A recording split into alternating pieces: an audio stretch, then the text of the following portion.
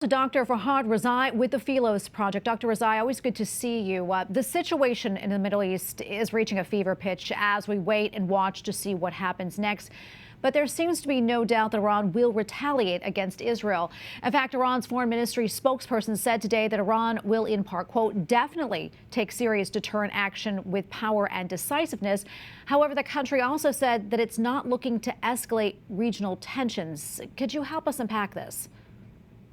Well, first of all, I need to say that there are many indications that the regime is preparing for war. That's for sure. But there are also speculations about when they are going to start and how the war is going to be. The point is that, from my understanding, the final decision with regards to entering the war has not been made by the leadership in Tehran. Ayatollah Khamenei and the senior officials in the Revolutionary Guards probably has not made their final decisions.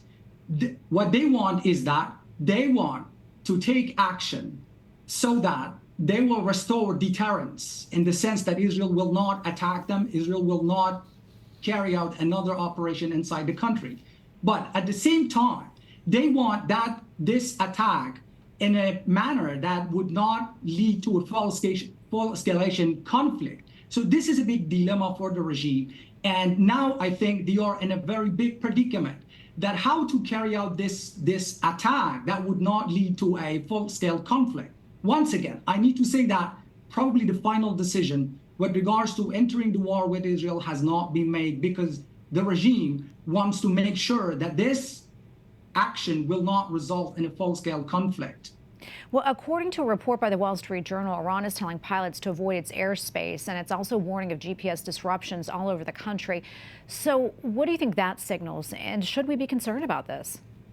Well, in the face of it, it signals that they are preparing for war. But the reality is that, as I mentioned, the regime has not made its final decision.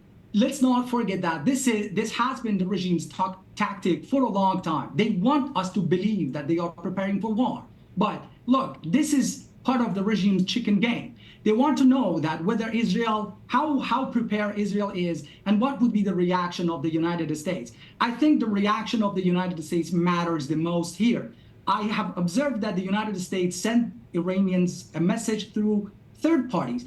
This is a wrong way of sending message. The United States, the Biden administration, has to send them a direct and public message and put them on notice that if they start war with Israel, they will face a severe response from the United States. Yeah, and we do know the United States has already deployed warships and fighter jets, that is, to the region to assist Israel. Do you think, Dr. Rezaei, at this point, is there a way to de-escalate the situation? Can it happen? Well, of course, there are ways to de-escalate. And one way is for the United States to send a strong message to the regime in Tehran. As far as I remember, by studying the Islamic regime's foreign policy, the only way that they can back off is just by showing them resolve. That's the only way that they can back off. And unfortunately, by the current Biden administration policies, it just emboldens them and they will not back down. Well, Dr. Rezaei, we have to leave it right there. Thank you so much for weighing in. Always appreciate it. Thank you very much for having me.